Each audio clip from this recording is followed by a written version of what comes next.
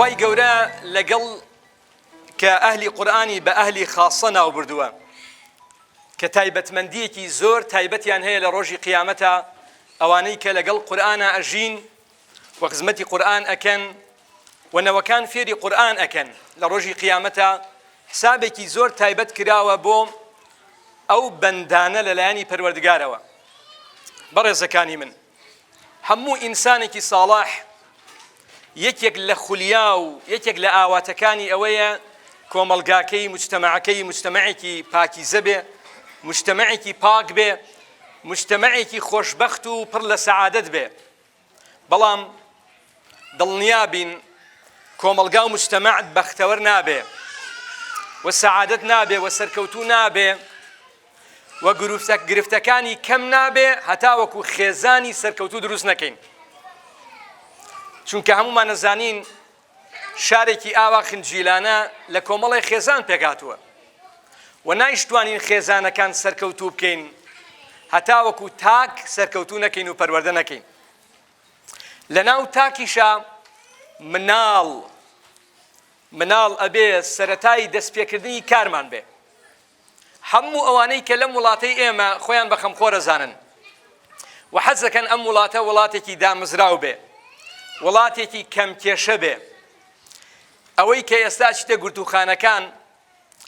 خەڵکێکی زۆر گیراوە لەسەر ئەنواع شتی سەیر و سەمەرە، ئەوانە کەم بکەینەوە ئیلا ئەبێت لە مناڵەوە دەست پێ بکەین، دەبێت لەو مناڵە چاوگەشانەوە دەست پێ بکەین بەڕاستی. بۆیە حتا یەکێک لە خواناسان ئەڵێت ئەگەر مزگەوتەکان جەماعەتی تیا کرا و لە دواوە دەنگی مناڵ نەهات، پێکەنینی مناڵ نەهات، گریانی مناڵ نەهات، بەڕاستی ئەوە نوێشخوێن ئەبێ بزانێ ئۆجاقی کوێرە، کەواتە هیچت نەکردووە، بەدیلت نییە، خەلەفێکت دووە خۆ دانەناوە. بۆیە بەڕاستی ئەگە سەیری ژیانی یابانیەکان بکەین کە یەکێکە لە وڵاتە پێشکەوتووەکان، ئەو دیوەی نەخوێنینەوە کە وڵاتێکە لە ڕووی دینەوە بوزین زۆری نەبوزیە، بەڵام لە ڕووی پەروەردە و پێگەیاندنی مناڵ یان مرۆڤ بۆ ئەوەی کە خۆیان قەناعەتیان پێیان هەیە لە هەڵسوکەوتی معاملەی ژیان و زۆر چالاکیشن بۆ خزمەتی عیلم و زانست و پێشخستنی وڵاتەکە یان و دڵسۆزی بە وڵاتەکە لە مناڵەوە دەست پێەکەن. هەرکی حەزەکە ئەم قسەی منە زیاتر لێی حاڵی بێت چکە بابەتەکەی ئێمە کاتێکی مەحدود و دیاریکراوی هەیە بچێتە خزمەت بابەتەکانی ئەحمەد شوقەیری کە مەیدانی ئەچێت سەردان ئەکا. باوەڕم پێ بکەن هەر وەکو لەتیفەیەک ئەمە گیارمەوە. ئەم ئەحمەد شوقەیریە سەردانی میسڕەکە، وڵاتانی ئیسلامی وڵاتانی عەرەبیەکە، پرسیاری گەورەترین زانا کە بناغەی جەبر و هەندەسەی دانا کێیە؟ پرسیاریان لێیە کا کەس نازانێ. بەعزێک لەوانە کە نازانن ئەوە نەبێ زۆر مناڵیش بن، گەورەیشن، بەڵام ئەچێتە دایانگەیەک، ئەچێتە ڕۆوزەیەکی یابان. پرسیارەکە ئەڵێن جابری کوڕی حەیان زانایەکی گەورەی ئیسلام بوو. لەوێوە دەست پێ ئەکەن و زوڵمیشیان لێ ناکەن، حەقیقەتیشیان لێ ناشارنەوە، پەروەردەیان ئەکەن. گرنگترین دەرز لە یابانە تا پۆلی نۆی بنەڕەتی بریتیە لە دەرزی ئەخلاق، بریتیە لە دەرزی ئەخلاق. بۆیە مناڵ خوای گەورە ئەگە سەیری قورئان کەینە فەرمێ المال والبنون زینەة الحیاة الدنیا. زینەت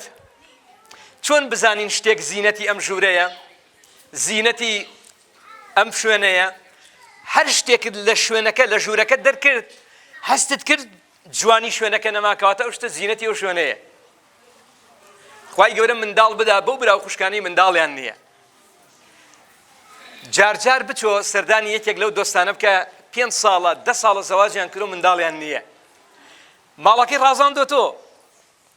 خانوەکەی لە خانوەکەی تۆ لەوانەیە گەورەتریش بێ، بەڵام یەکێک لە زینەتەکانی دنیای تیانە کە مناڵە. سبحان الله، هەر بە دەموچاوی پیاوەکە و ئافرەتەکە هەستی پێەکەی، هەر نیو سەعات بچۆ لە ماڵیان نەدانیشە هەستەکەی ئەو زینەتە نییە، زینەتە بەڕاستی.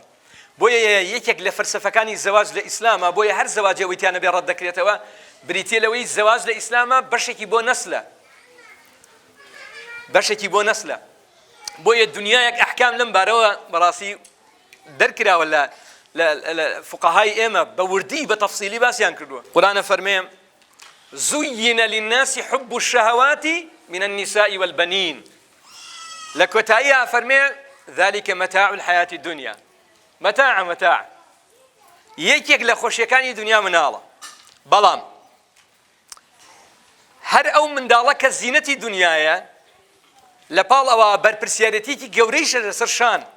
لەسەر شانی دایک و باوک لەسەر شانی مامۆستا پەروەرشیاران لەسەر شانی خودی کۆمەڵگا تەنانەت حکوومەت و دەسڵاتدارانیش بۆیە قورئان فەرمێ ئینەما ئەموالکم و ئەولادکم فتنە قورسە ڕاحەشڵەکەی ئەوەی کە مناڵی هەیە لەوەی کە من لە بەردەم بەرپرسیارەتێکی گەورەم تاقیکردنەوەیەکی گەورەم وەکو هەر شتێکی تر لەم دنیادا لە بەردەم تا تاقیکردنەوەیە ماڵ یەکێکە لەوانە یەکێکیش لەوانە مناڵەکانتە بۆیە هەر ئەو ڕۆژە کە گوێبیست بووی هەر ئەو ڕۆژە مناڵ لە ماڵتانە دەنگی هات ئیتر زەنگی بەرپرسیارەتی لێدرا لەو ماڵا بەرامبەر بە مناڵ ئیتر تۆ وەکو جاران نیت مەسئولیاتێکی تری گەورە کەوتە سەر شانت بۆیە بەڕاستی پێغەمبەران عەلەیهیم ئەفضەل الصەلاة وەسەلام یەکێک لەو کارانەی کە زۆر ماندوو ئەبن پێیوە مەسئلەی دعوەکردنی ماڵ مناڵی خۆیان بوون لە قورئانە چەند پێغەمبەر عەلەیهیم ئەفضەل الصەلاة وەسەلام باسی کراوە یەکێک لە ناڕەحەتیەکانی ژیانی و زۆر تووشی ناڕەحەتی بووە مەسئلەی ماڵ و مناڵ و خێزانە جاری وایە هەر یەک لە ئێمە لە ماڵی خۆمانە دانیشین حەز ئەکەین هەر یەک لە ئێمە داعیەک و بانگخوازێکی گەورە بین بچین ئوممەتێک ڕزگارکەین بەڵام لە پاڵی خۆمانە مناڵەکەی خۆمان لەبیر چووە پێغەمبەری خوا صلی الله علیه وسلم ئەفەرمێ لە ڕۆژی قیامەتە پێغەمبەری وایێنن عليه أفضل الصلاة والسلام على نبينا يكس شوێنی کەوتووە لەم دنیادا سبحان الله بێ ئەو پێغەمبەرە چەند ژیا بێ شەو ڕۆژی خسووەتە سەر یەک دعوە و بانگخوازی کردووە یەک کەس لەو ئوممەتە شوێنی کەوتووە بۆیە پێغەمبەری خوا صلی الله عليه وسلم لە غەزوەی خەیبەڕە بە ئیمامی عەلی پێشەوای ئیمامی عەلی ڕەزا و ڕەحمەتی خوای لێبێ فەرمووی یەک کەس لە دانیشتوانی قەڵای خەیبەر کە جوولەکە بوون یەک کەس لەوانە کە ئەمەیش بعدێکی تری لێ ئەخوێنرێتەوە ئەم ئیسلامە چەند گرنگی داوە بە هیدایەتی خەڵکی یعنی ئامانجەکەوەی ئەم خەڵکە هیدایەت وەرگرێ بە هیدایەتەوە بگەڕێتەوە بەلای خوا ئامانجی ئێمە ئەوەیە ئەم خەڵکە بنێرین بۆ باشت تا حەدی ئیمکان هەوڵ ئەدەین بە ئەنواع ڕێگەکان ئەڕۆین بۆی یەکێک لەم ڕێگانە ئەم دەستگا جوانانەیە تا ئەم خەڵکە هیدایەتی ڕاستەقینە وەرگرێ لەم ڕێگانەوە کە ڕێگەی باشتە بچێ فەرمووی عەلی ڕەزای خوای لێبێ یەک کەس لە دانیشتوانی خەیبەر یەک کەس هیدایەت وەرگرێ باشترە بۆ تۆ لە دنیا و چیش لە دنیا هەیە هەر یەک لە ئێمە ئاواتەکانی خۆی بێنێ بزانە داوا حەزەکانی تۆ چەند لەسەر چەندی دنیایە نعمەتەکانی دنیایە ئێمە شتێکی کەم داواکەین حەزەکەمان بەڵام یەک کەس هیدایەت وەرگرێ بۆ دەست پێ نەکەین لە مناڵەکانی خۆمانەوە یەک کەسە ئەو بێ ناکرێ ئێمە چاو بگێڕین بۆ کەسێک لەو دوورەوەی خۆمان لەبیر چوو بێ یەک مناڵ کەرە خەلەفێکی ڕاستەقینەی خۆت جێنشینێک ئاثارێکی گەورەیە کە جێی ئەهێڵی بۆیە پێغەمبەری خوا صلی الله علیه وسلم ئاستی مەسئولیات دابەشەکە لە فەرمودەیەکە کە زۆر خوێنراوەتەوە فەرمودەکە كلكم راع وكلكم مسؤول عن رعيته دوای کە مەسئولیەتەکە باس ئەکا یەکەم جار باسی ئیمامەکە ئیمام زۆر مهمە یەکی لەوانە بڵێ باشە ئیمام بەڵێ ئیمام چونکە بۆ بەشێکی پەروەردە پێویستی بە هێزە پێویستی بە پارەی جەبەلاحە ئێستا پەروەردەی سەقەت لە کۆمەلگای ئێمە ئەبینین ئەبیسین ڕۆژ لە ڕۆژ برەوی پێ ئەدرێ بۆ بەقەوەترە بۆ زوو گەشە ئەکا چونکە ئیمامی عادل ئیمامی لە پشتە عادل ئیمامی لە پشتە ئیمامی عادلی لە پشت نییە حتمەن ئیمامی عادل ئیمامی لە پشتە وەکو کوشک ڕەحمەتی خوای لێ بێ خوای گیانی ئێمە داوای ئیمامێکی عادلمان لێ کردی عادل ئیماممان بۆ هات ئەوە دیارە مستحقی عادل ئیمام بوون بە تەنظیم تاوەکو پەروەردە تێک درێ بۆیە پێغەمبەری خوا سەڵام فەرمێ ئیمام مەسئولیەتێکی گەورەی قیامەتی لەسەر شانە ئەگەر باوک مەسئولیەتی 4 مناڵ 5 مناڵ هەرچەندێکی لەسەر شانە ئەوەی کە ئەمڕۆ خۆی بە ڕاعی کۆمەلگا ئەزانێ و ئەمڕۆ سوڵتەی بەدەسە بەرپرسیارە بەرامبەر بە هەموو ژیانی خەڵک لە قوتیوە بە تایبەتی بابەتەکەی مەباتی مەسەلەی پەروەردەیە لەبەرەوەی شکانی پەروەردە زۆر من یەکێک لە بەرپرسە گەورەکانی یەکێک لە حزبەکان لە وڵاتەی ئێمەدا لە شوێنێک دوو بە دوو پێم وت وریابن مەسئولیەتێکی گەورە لە سەرشانتانە و مێژوویش ڕەحم ناکە دژایەتی دین و ئەخلاقی ئەم خەڵکە مەکەن چکە ئەدۆڕێن دینی ئەم خەڵکە دینی خوایە هەر شتێک قبوڵ کە ئەوە قبوڵ ناکە کە ئەم شوێنە شوێنی پێغەمبەرانە ئیفساد کرێ کاک ئەحمەدی شێخ ڕەحمەتی خوای لێبێ وتی ئێرە شوێنی ئیلحاد نییە لە سەردەمی چلەکان کە شوعیەت و ئیتحادی سۆفیەتە و کاتە دەعمی تەوژمی ئیلحاد و شوعیەکانیە کرد ئێرە شوێنی ئیلحاد نییە ئێرە ماوایەوە نییە بی پێچنە و بارو بنێتان بڕۆن هەر بالفعل قسەکەیش وا بوو دوایە ئەوە دعوەیە کرد بۆ کۆمۆنیستێت هەر ئەوە دوایە بۆ بەنگخواز ئێرە شوێنی پێغەمبەرانە عەلەیهیم ئەفضەل الصەلاة بۆیە پیامبەر باسی ئیمامی عادلەکە لە دوای ئیمامی عادل باسی پیاوەکە مەسئولیەتی پیا و قەوامیەتی هەیە بێ کەواتە نابێ قەوامیەتی پیا و تێک درێت بە هەر نابێکی ترەوە چکە مەسئولیەتەکە گەورەکە تەکلیف ئەبێ هەر یەک لە ژن و پیا ئەبێ ژن کاتێ ئەبیسێ پیا و قەوامیەتی پێدراوە مەسئولیەتێکی زیاتر ئەبێ بێژە سوپاس بۆ تۆ خوایەگیان مەسئولیەتەکەی من کەمترە مەسئولیەتە گەورەکە لەسەر شانی پیاوەکەیە بۆیە پێغەمبەری خوا سەڵام فەرمی پیاو شوانە لە ماڵە ئەبێ ئاگای لێ بێ ئەمڕۆ چەند پیاو لە کوردستان ئاگای لە ماڵ و منداڵ نەماوە ئاگای لە مۆبایلی خێزانەکەی نەماوە و کچەکەی نەماوە کە ئێمە وەکو مامۆسایانی ئاینی شەریحەیەکین زۆر پەیوەندی کۆمەڵایەتیەکانمان لەگەڵ خەڵکا هەیە زانی چ کارە سات ئەبێ جێی خەفەتە جێی داخە کوای تۆی پیا و ڕۆڵت نەماوە ئاوا چۆن نەتوانی زاد بکەی بگەڕێتەوە بەلای پەروەردگار سبەینێ لە ڕۆژێکە وەقیفوهم ئینەهم مەسئولون ئەتوەستێنێ لە بەردەم کوانێت هەموو نیعمەتێکم پێدای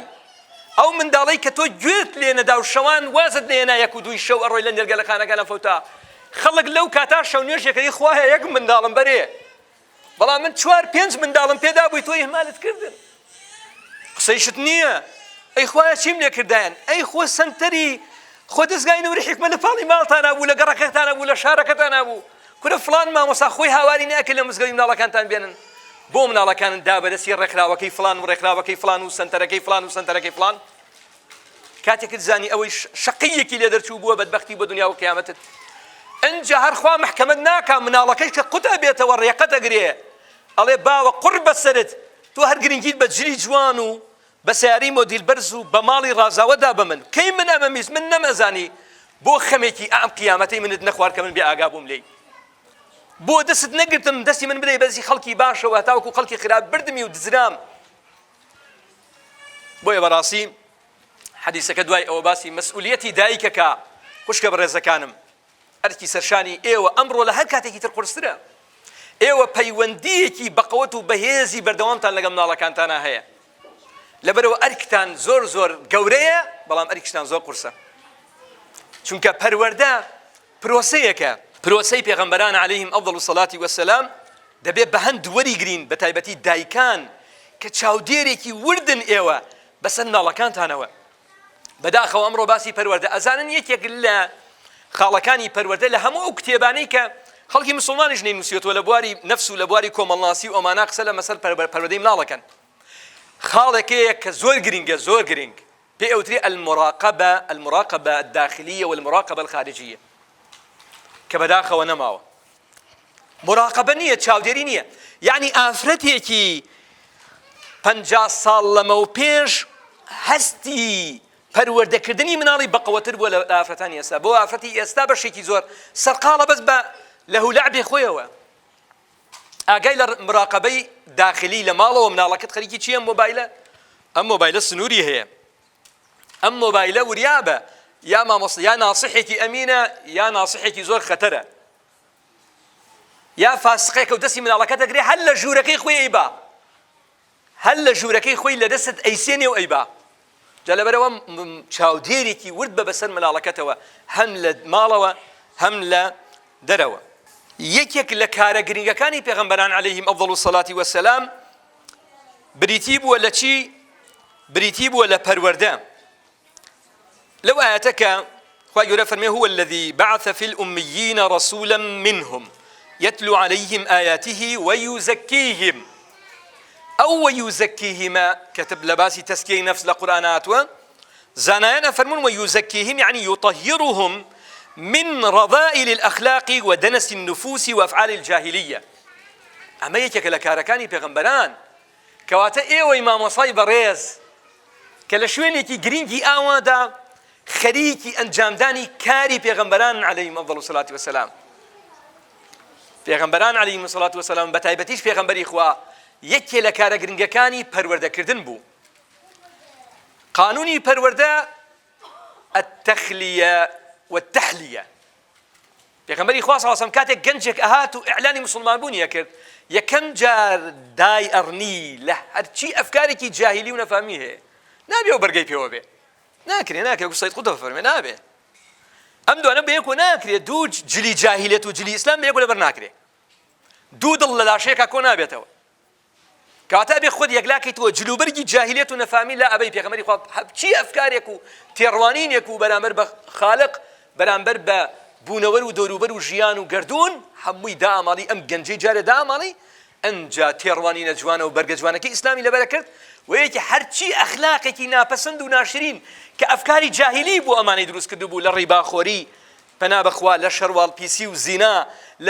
لە هەر شتێکی تر لەو بوارە کۆمەڵایەتیەکان، هەموو ئەمانەی لە دەروری لە ئەم کەسا دەرئەکرد و لە شوێنیانە ئەخلاقی جوانی ئیسلامی ڕەسەنی تیا جێگیرە کرد. بۆیە ئەمە کارێکی گرنگە کە مامۆسایانی بەڕێز و دایکان و باوکانی بەڕێز بیکەن.